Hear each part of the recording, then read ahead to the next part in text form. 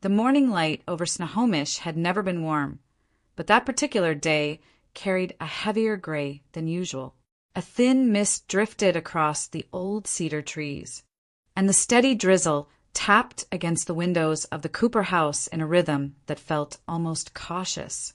Inside, Marilyn Cooper stood by her workbench, running her fingers across the frame of an antique oak chair she had been restoring for weeks. The smell of varnish mixed with the scent of rain-soaked earth seeping through the cracked open window. This house had belonged to her late aunt, a woman who believed in quiet resilience and careful craftsmanship, traits Marilyn carried with her like heirlooms.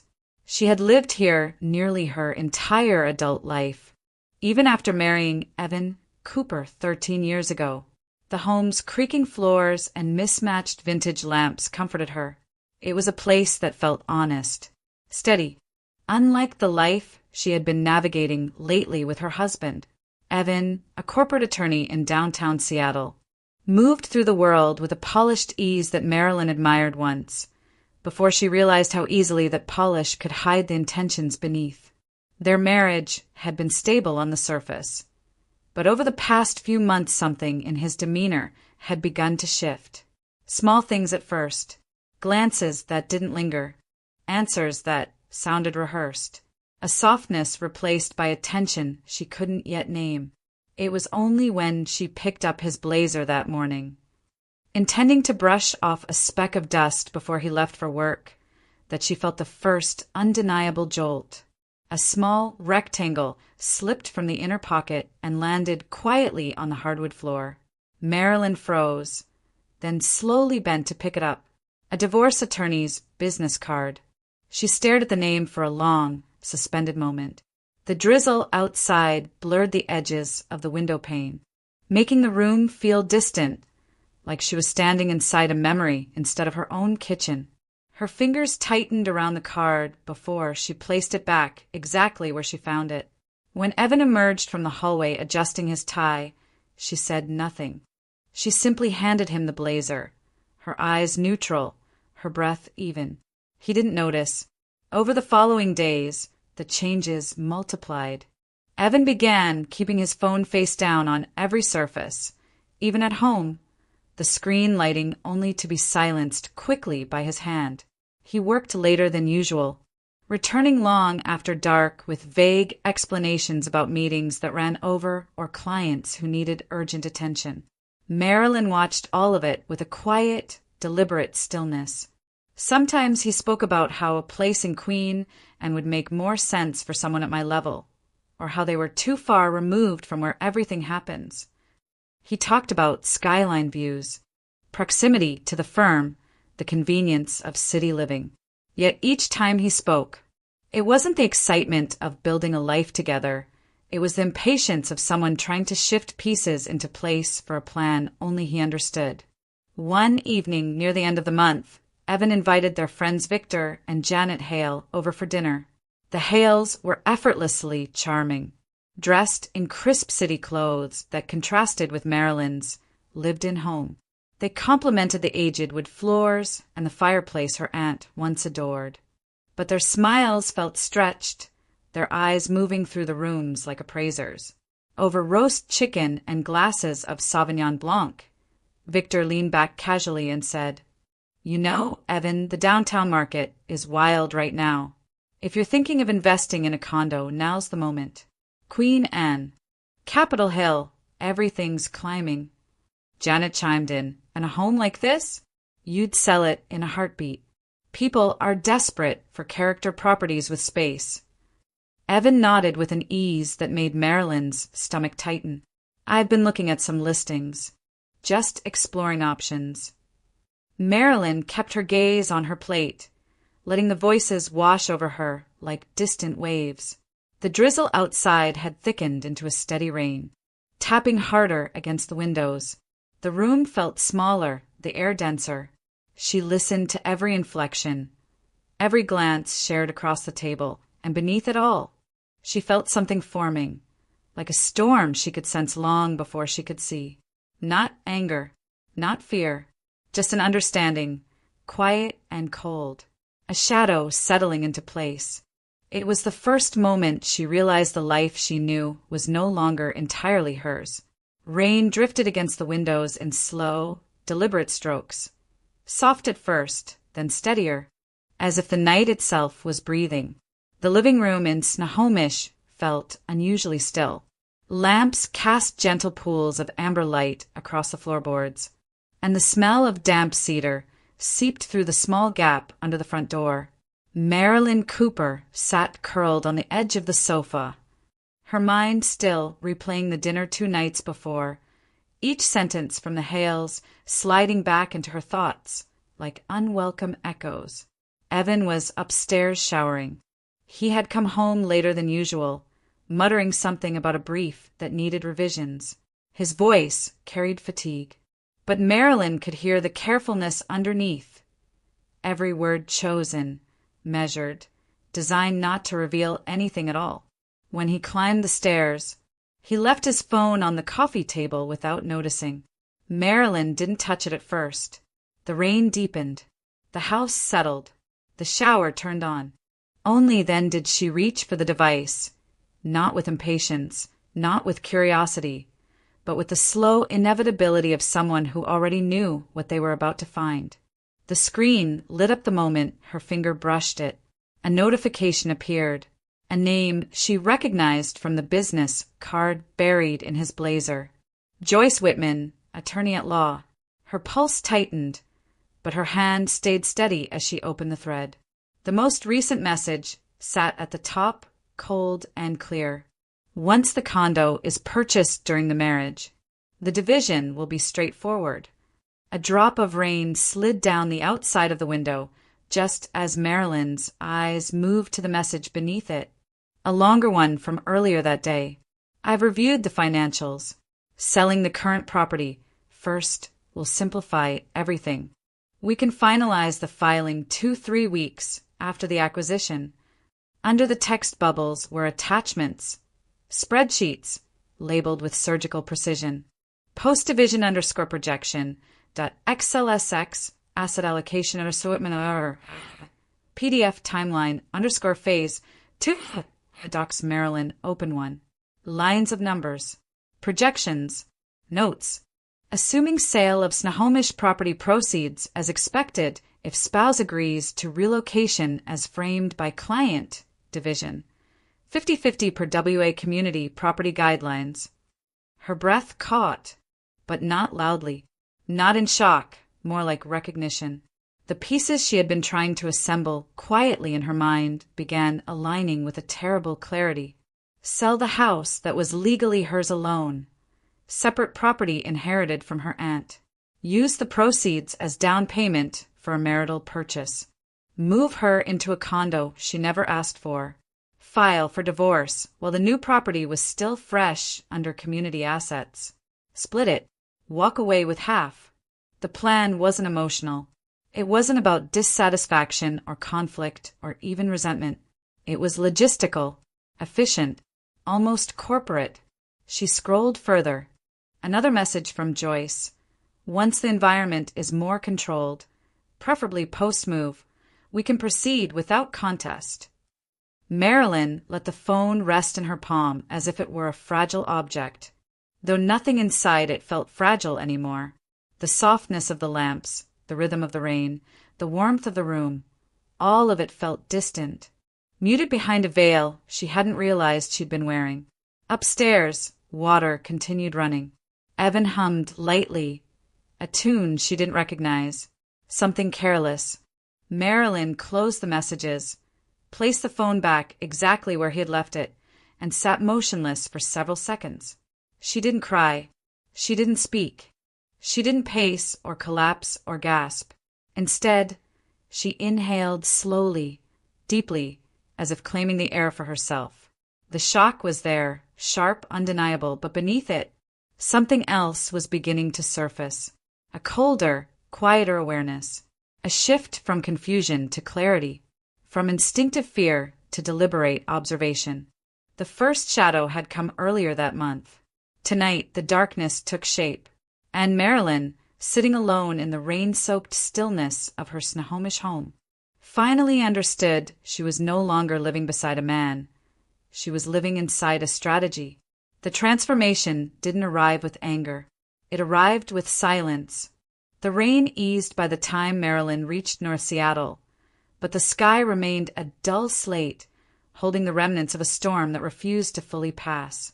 Her father's house sat on a quiet street lined with towering fir trees, each one swaying gently in the cold wind. Warm light spilled from the windows, golden, steady, and familiar, a striking contrast to the dim tension that had filled the Snohomish home she shared with Evan. Franklin Cooper opened the door before she could knock twice. His white hair was tied back, his flannel shirt worn soft from years of use. He looked at her with the kind of concern only a father carried, a concern sharpened by intuition. "You're pale," he murmured. "Come inside." She stepped into the warmth, the air filled with the scent of old books, pine wood, and the faint aroma of black coffee left on the stove. They sat at the dining table, Marilyn's hands wrapped around a mug she never drank from, Franklin watching her with unwavering patience until the words began to untangle themselves. She told him everything: the business card, the texts from Joyce Whitman, the spreadsheets labeled post-division, the plan timed around a condo purchase, Evan's casual mentions of Queen Anne, the subtle, practiced manipulation woven through the past months. Her voice stayed even. Her eyes did not tear. If anything, the telling made her calmer, as if speaking the truth aloud finally gave form to the fog she had been navigating. Franklin listened without interruption, but the muscle in his jaw tightened, and when she finished, he exhaled slowly, an exhale that held both fury and restraint. "Marilyn," he said softly, "that house in Snohomish is your separate property. Your aunt left it to you before you ever met him. Under Washington law, that's yours alone. Evan can't touch it." She nodded. "He wants to convert it, to make the condo community property." "Yes," Franklin replied, voice gaining weight. "If you sell the house and use it as the down payment for a condo titled in both your names, the law sees that condo as marital property, community property, split 50-50 in divorce." He paused. "He's counting on your trust to do the work for him." The anger in his eyes wasn't loud. It was deep, old, and protective. "What do I do?" she whispered. Franklin leaned back, fingertips pressed together in thought.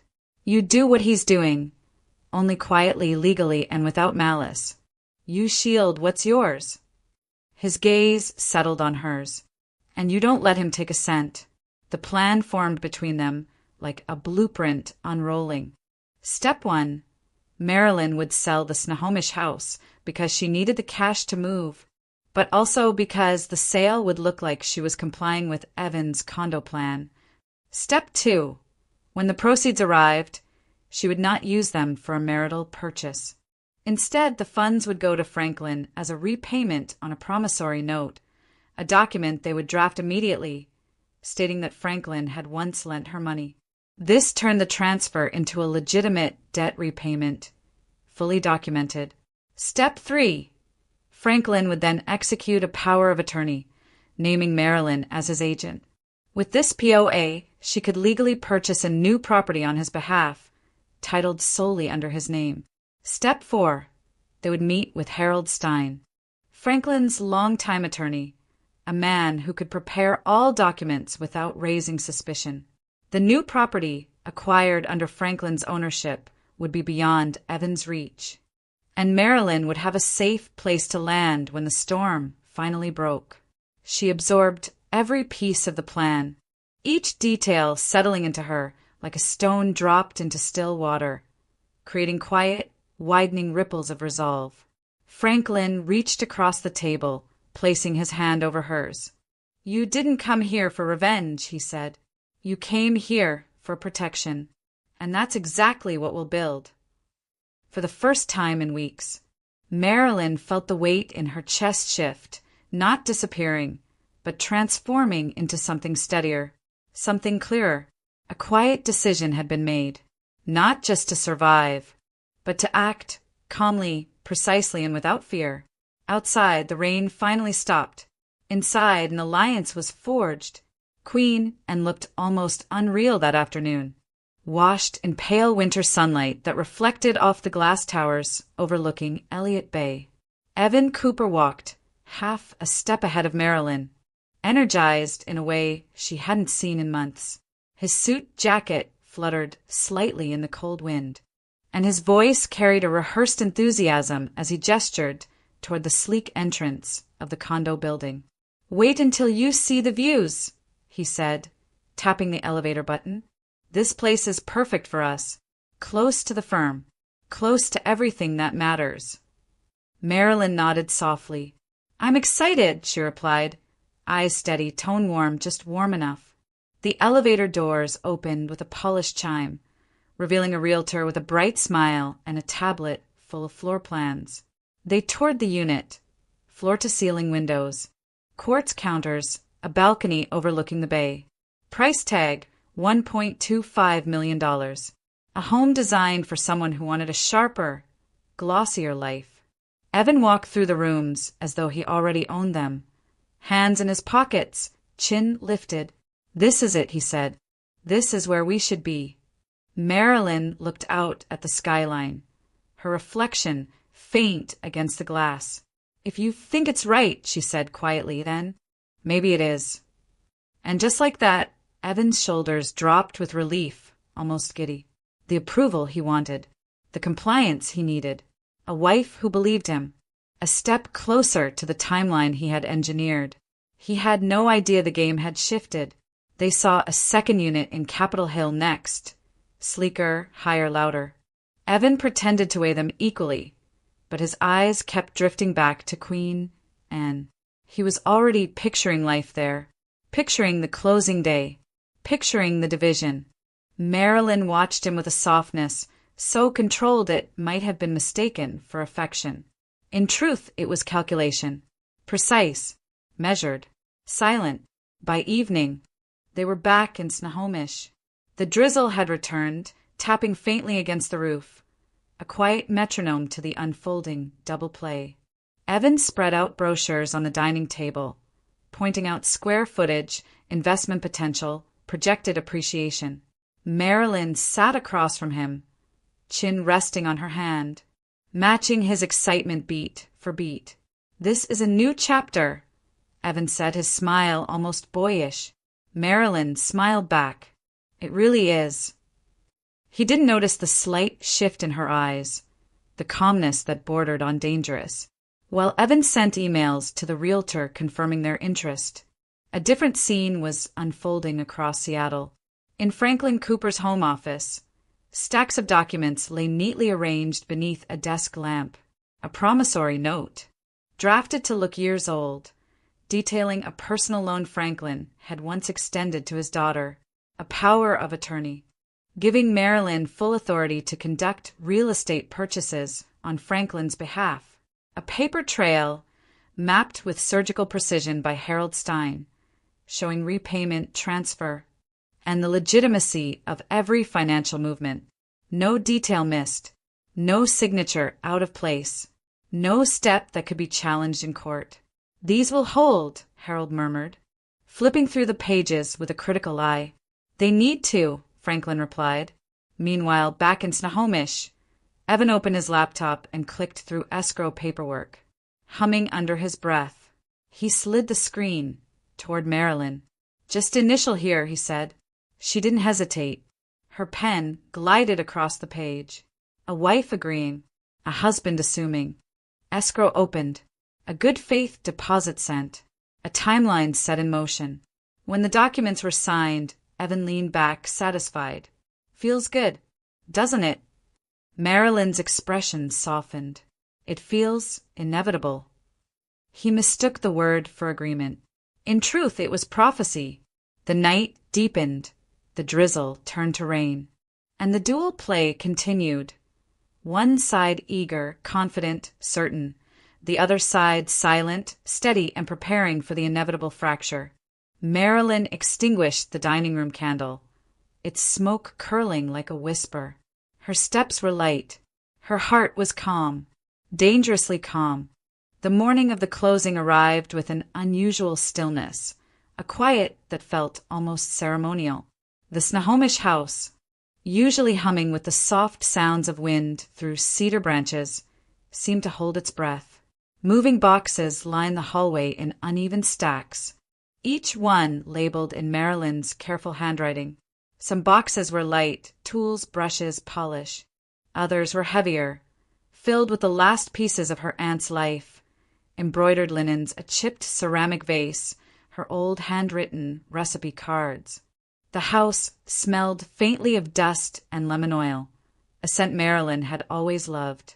Today it made her chest tighten. A car pulled into the driveway. The buyers, a young couple with bright plans and city faces, stepped out and approached the porch with eager eyes. Their excitement radiated through the rooms as they did a final walk-through. Admiring the fireplace, the crown molding, the aged floorboards, Marilyn had refinished herself. She followed them silently, her fingertips brushing lightly along the same wall she used to lean against during quiet winter mornings. "It's even more beautiful than we remembered," the woman said warmly. Marilyn managed a soft smile. "I'm glad it's going to someone who'll take care of it." Behind her, Evan stood with his arms folded, smiling with the self-satisfaction of a man who believed every piece of the future was falling into place. His gaze roamed the house, not with fondness, but with calculation, seeing in every corner the promise of a large down payment and an effortless transition into the condo he wanted. By early afternoon, they were seated at the long wooden table, the same one her aunt had inherited from her grandmother, now transformed into a closing desk. The escrow officer slid documents across the surface one by one. Signatures, initials, confirmations, disclosures. Marilyn's pen moved steadily, her face unreadable. Evan signed with barely concealed excitement. When the final document was notarized, the escrow agent closed a folder and gave a professional, practiced smile. "Congratulations. Funds have been released. You'll see the wire hit within the hour. Just under 900,000. Evan exhaled sharply through his nose, a sound of triumph. "That'll make the Queen an offer unstoppable," he said, glancing at Marilyn with a grin that did not reach his eyes. She nodded faintly, but her gaze drifted past him, toward the window overlooking the yard. The moment the agent left, Marilyn stepped outside alone. The drizzle had lightened into a soft mist, coating the grass in a silvery sheen. She walked slowly around the property one last time.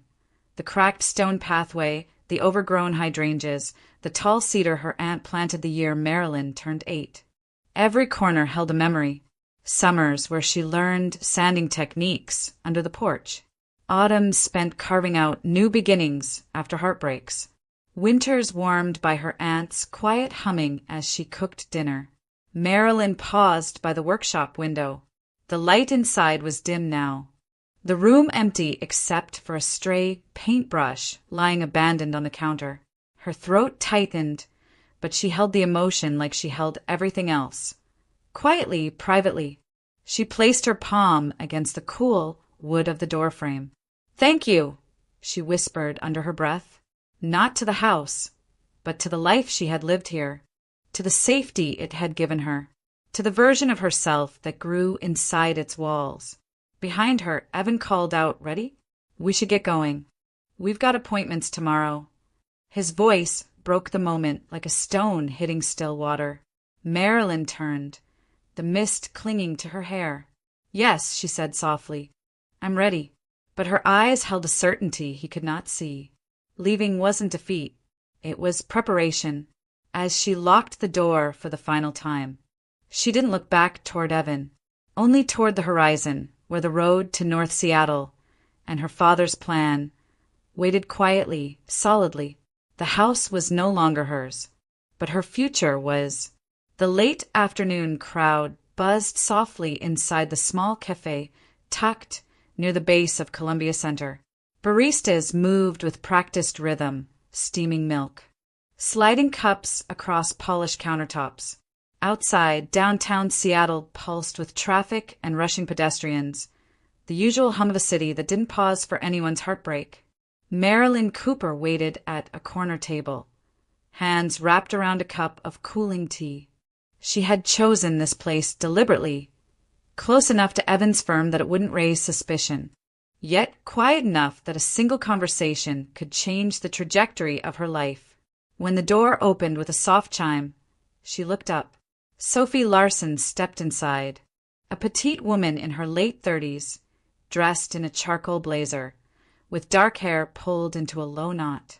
She scanned the room, spotted Marilyn, and approached quickly, almost nervously. Her eyes carried something heavy, something she had been holding for too long. "Thank you for meeting me," Sophie said, sliding into the seat across from her. Marilyn nodded gently. "You said it was important." Sophie hesitated, glancing toward the windows as if checking for invisible witnesses. Then she exhaled, her voice dropping to a controlled whisper. "I work with your husband," she began. "I'm a paralegal on the corporate side, but I assist the family law team when they need backup. I know things I can't ignore anymore." Marilyn's heart tightened, but her posture remained calm. "What things?" Sophie swallowed. "Evan has been planning a divorce for almost a year." The words landed with a quiet brutality. No theatrics, no shock, just confirmation of what Marilyn had already begun to understand. Still, hearing it aloud scraped something raw inside her. Sophie continued, hands clasped tightly. "He's been consulting with Joyce Whitman since January. The plan has been evolving ever since. 11 months of drafts, asset charts, timelines." She paused. "He's done something similar before, with a previous client." Marilyn's brow lifted. "Similar how?" "The same pattern," Sophie said. "Convince the spouse to sell their separate property.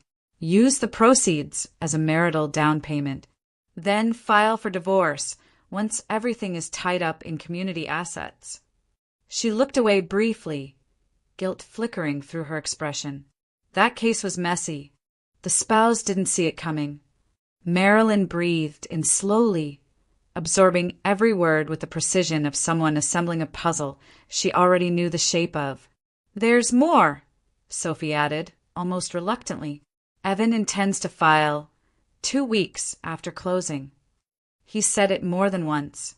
He calls it the clean window before the marital finances get too tangled, after the condo becomes both of yours. 2 weeks. The calculation behind it was chilling in its efficiency. Sophie pushed a small envelope across the table. "I can't give you firm documents. It would cost me my license. But I can give you these." Inside the envelope were handwritten notes. Dates, meeting summaries, references to draft filings, comments Joyce had made about timing. Enough to paint the full picture. Enough to show intent. Marilyn didn't touch the envelope at first. She simply looked at Sophie and asked quietly, "Why tell me?" "Because it's wrong," Sophie said, voice trembling despite the steadiness she tried to maintain. "And because you don't deserve to be blindsided. You've always been kind when you came by the office. He isn't." A silence settled between them, heavy but clear. Marilyn finally reached for the envelope and slipped it into her bag with deliberate care. "Thank you, Sophie." The paralegal exhaled shakily, relief and fear mingling in her expression. "Whatever you're planning, just be careful." Marilyn offered a small, controlled smile. "I already am." Sophie left first, disappearing into the crowd outside. Marilyn remained seated for a long moment, feeling the weight of everything solidify inside her. Not despair, not panic, but clarity. Sharp and cold. This wasn't suspicion anymore. It wasn't theory or fear or intuition. It was fact, documented, timed, deliberate. The drizzle began again outside. Streaking the windows, blurring the shapes of the city, she suddenly saw with new eyes. Marilyn stood, smoothed her coat, and stepped into the rain. The truth didn't break her. It steadied her, because now she knew exactly what she was walking toward and what she would no longer allow behind her. The air inside the escrow office felt overly conditioned, the kind of crisp chill meant to keep clients alert, focused, ready to sign life-altering documents without missing a single line. Fluorescent lights hummed overhead. A pot of coffee sat untouched on a side table. Evan Cooper strode in with the buoyancy of a man who believed he had engineered the perfect moment.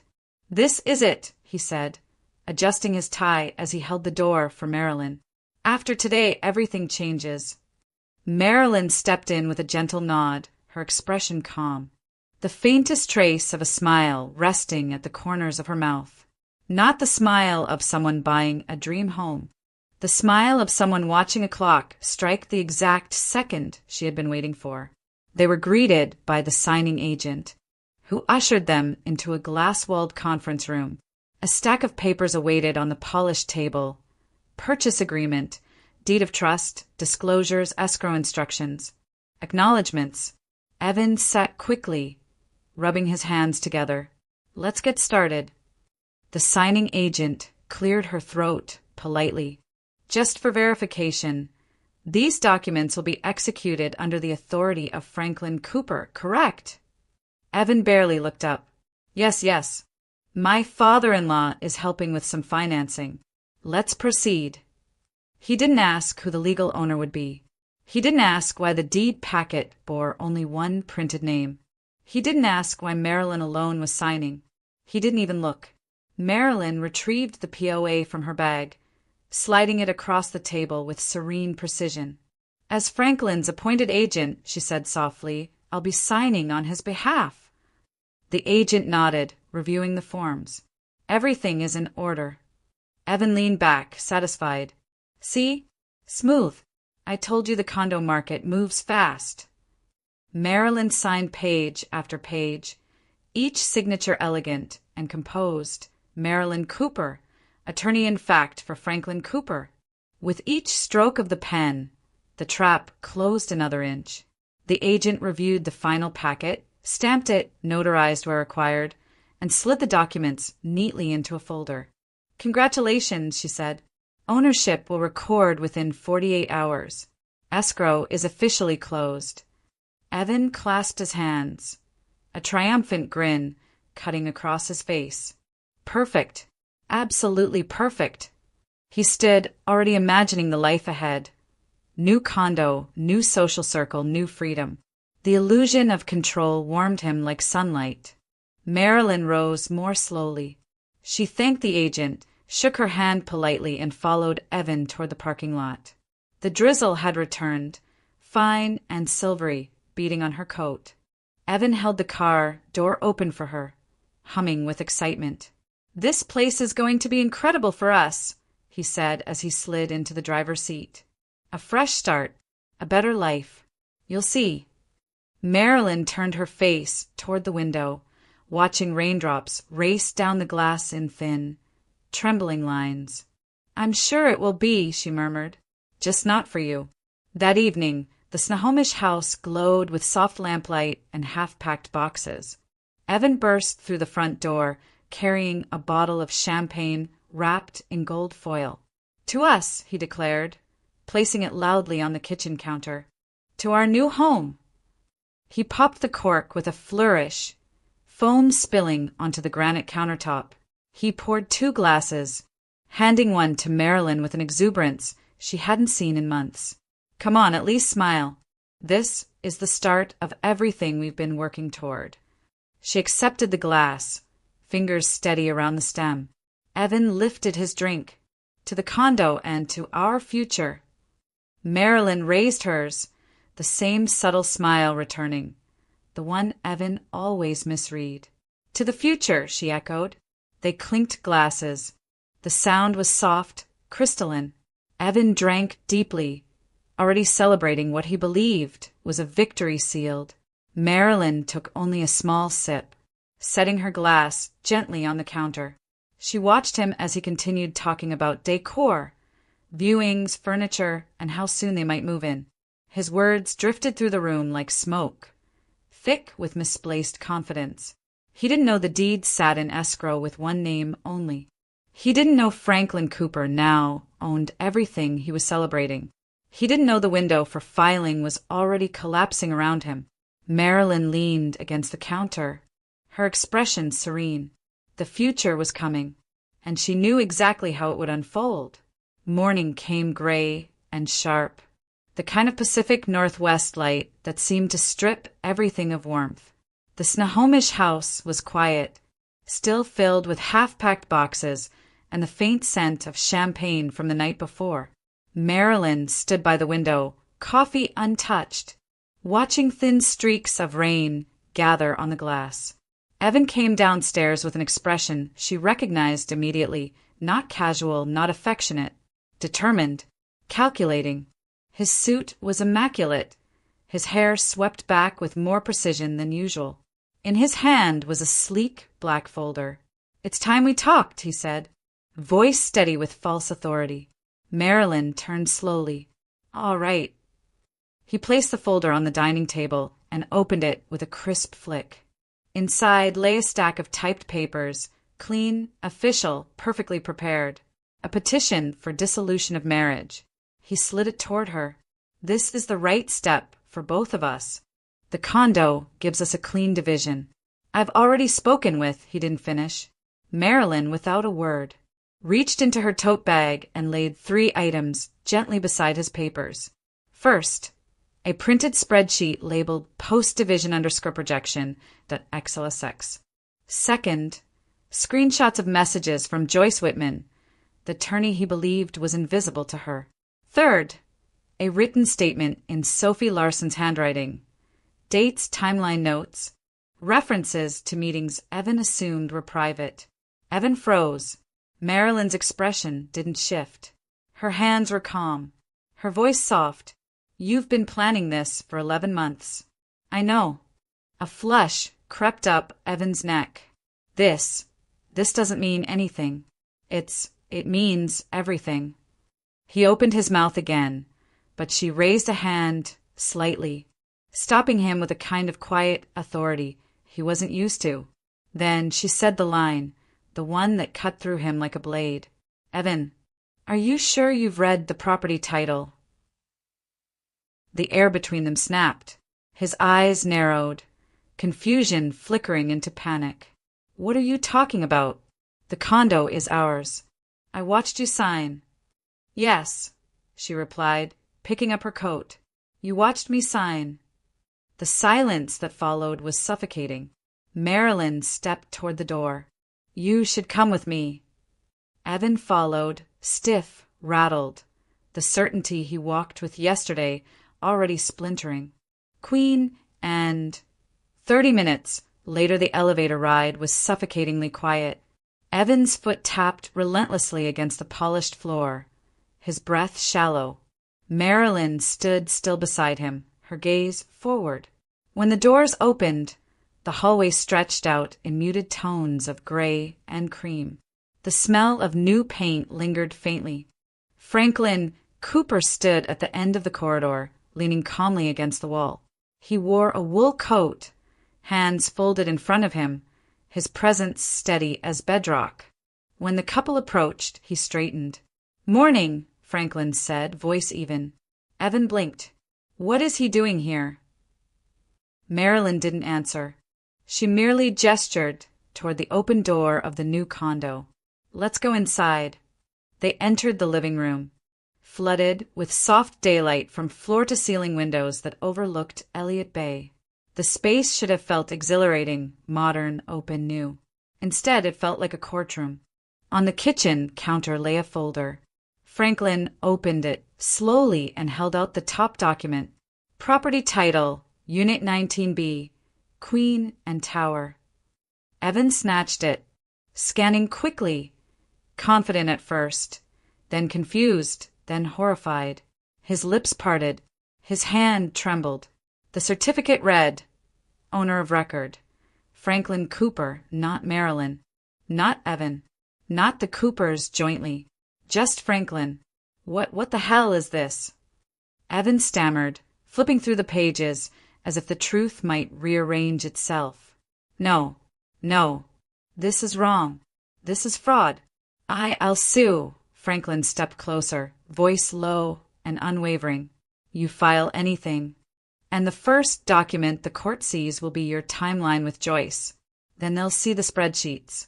Then Sophie's notes. He paused. Your own intent proves everything. Evan's chest heaved. This was supposed to be ours. She signed the papers. She signed, Marilyn said softly, as power of attorney for my father. Everything is legal. Every dollar accounted for. Every signature valid. Evan's panic cracked into something uglier. You tricked me. No, Marilyn replied, her tone cold as rain. You tried to trap me. I just made sure you never succeeded. Evan's breath came in uneven bursts. He paced, hands on his head, muttering curses, threats, fragments of disbelief.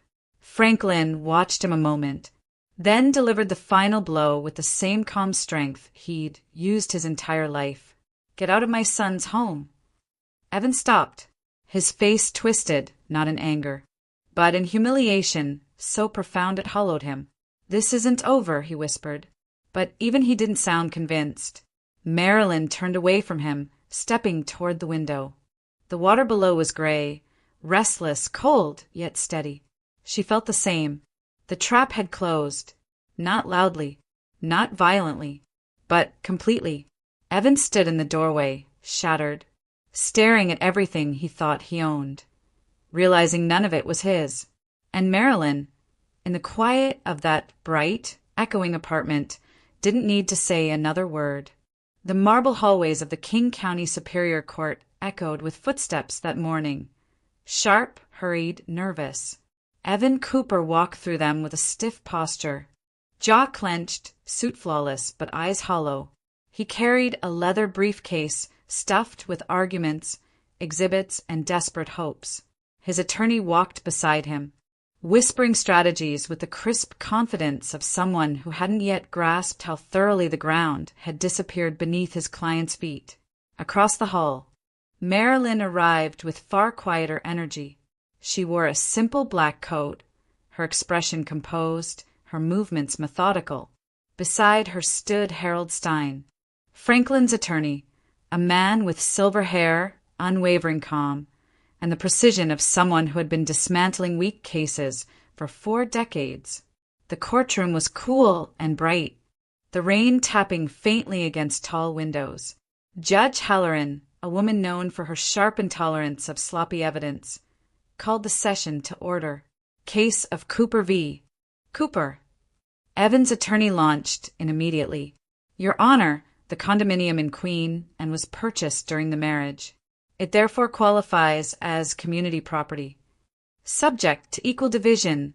Harold stood without haste. Objection. Counsel is misrepresenting the facts. The property was acquired by one party only, Mr. Franklin Cooper, using separate property funds. Judge Halloran lifted an eyebrow. Show me. Harold opened his binder. Everything was arranged with surgical neatness. Exhibit A. Promissory note, drafted years earlier, documenting a personal loan from Franklin to Marilyn. Exhibit B. Bank wire confirmation showing the repayment, Marilyn transferring her Snohomish proceeds to her father exactly as the note required. Exhibit C. Power of attorney, notarized and valid, authorizing Marilyn to sign on Franklin's behalf. Exhibit D. Closing documents listing Franklin Cooper as the sole buyer. Exhibit E. A timeline highlighting Evan's meetings with Joyce Whitman, thinly disguised attempts to manipulate marital asset classification. Every paper was authenticated. Every step matched Washington law. Nothing leaked. Nothing contradicted another page. The judge flipped through the exhibits slowly, her expression unreadable. Evan's attorney tried again, louder this time. But the intention, the judge interrupted. Property law is not governed by intention. It's governed by documentation. She turned to Evan. Did you contribute financially to the down payment? No, Evan muttered. Did your wife use marital funds?